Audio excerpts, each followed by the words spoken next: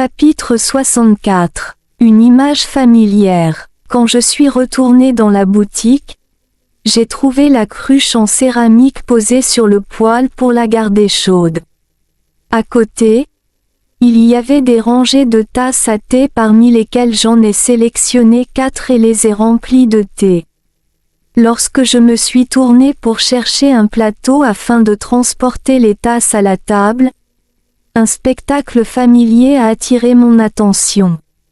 Au bout du couloir, où un rayon de lumière brillait, créant un contraste frappant avec les sections plus sombres du restaurant, j'ai vu une jeune fille mince se tenir là, me fixant du regard.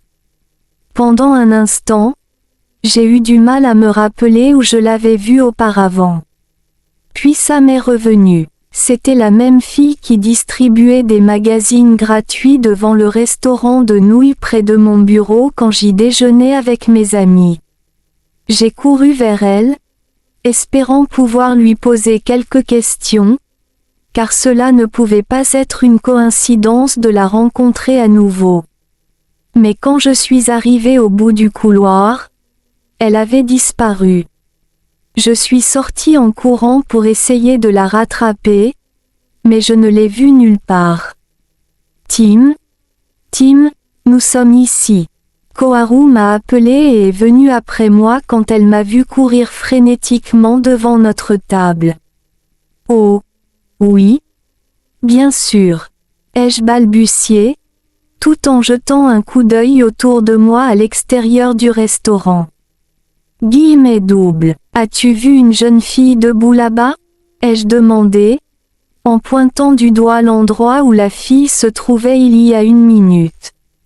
Non, je ne l'ai pas vue. Ou peut-être que je ne faisais pas attention, a répondu Koharu. Je suis sûre que j'ai rencontré cette fille avant, dans mon monde, lui ai-je dit. Vraiment? Cela semble être une apparition significative pour toi.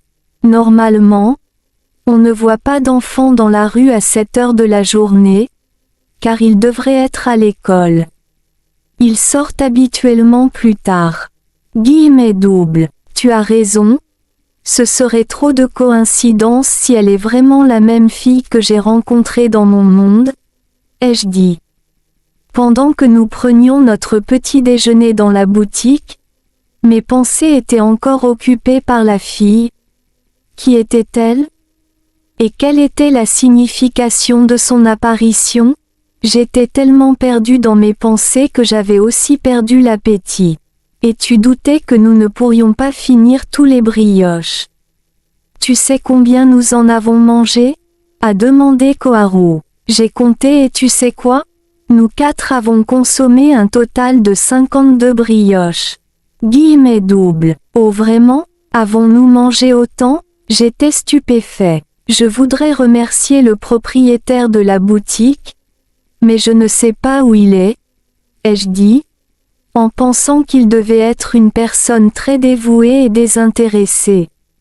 Si tu veux vraiment la remercier, tu peux exprimer ta gratitude dans ton esprit et te concentrer sur le propriétaire de cette boutique, ou tu peux appeler silencieusement son nom, Hot.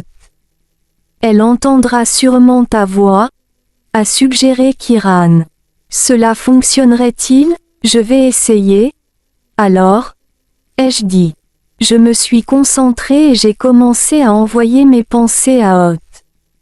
Silencieusement, j'ai prononcé les mots de gratitude tandis que mes yeux se posaient sur les gens qui travaillaient près des poêles à l'intérieur de la boutique. Une femme au visage attrayant et à la silhouette élancée s'est tournée vers moi, s'est approchée, en inclinant légèrement la tête, comme si elle avait entendu ce que je venais de dire dans mon esprit un instant auparavant. Hot est-elle une femme grande? Ai-je demandé. Oui, a confirmé Vince. Alors, ça doit être elle? Non? Ai-je dit en pointant la femme qui s'était inclinée devant moi. Oui, c'est elle. Koharu a hoché la tête. Je l'ai regardée à nouveau et j'ai incliné la tête en retour pour la remercier. Ouf. Maintenant je suis rassasié, ai-je remarqué. Allez, tout le monde, il est temps de partir, a dit Kiran. Nous nous sommes tous levés, avons rassemblé nos affaires et avons commencé à marcher ensemble. Alors que nous marchions vers les contreforts, j'avais l'impression que nous n'atteindrions jamais notre destination, même si nous pouvions déjà la voir au loin. Alors que je fixais le sommet du grand bâtiment, un petit point blanc de lumière s'éleva au-dessus et s'arrêta, planant en un seul endroit. Là. Est-ce l'un des vaisseaux spatiaux dont tu as parlé plus tôt? Ai-je appelé Koharu, en pointant du doigt le point lumineux. Oui. Oui. C'est ça. Tu en as enfin vu un? A-t-elle répondu. Regarde, il y en a un autre, a ajouté Kiran, en pointant un autre point lumineux qui venait d'apparaître. Waouh!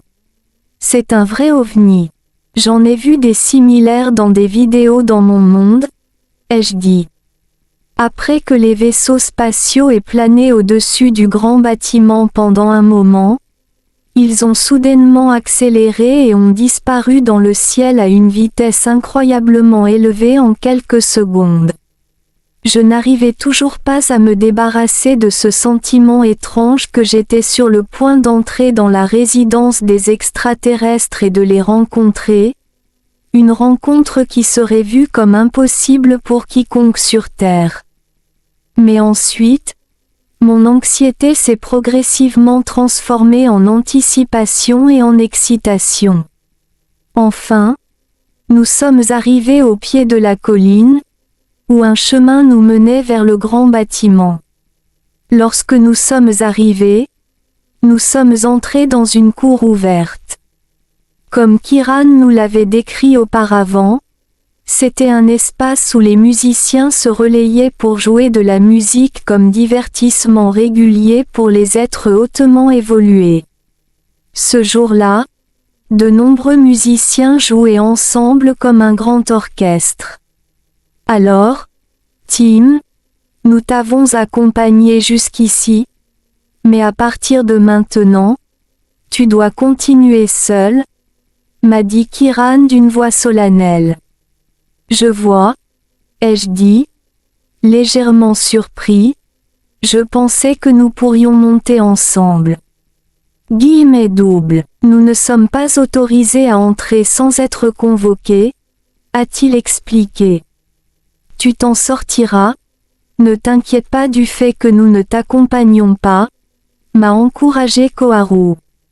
Eh bien, je vais essayer, ai-je dit en essayant de paraître confiant. Alors, à plus tard. Et merci de m'avoir amené ici, ai-je dit au groupe et je me suis retourné pour monter l'escalier.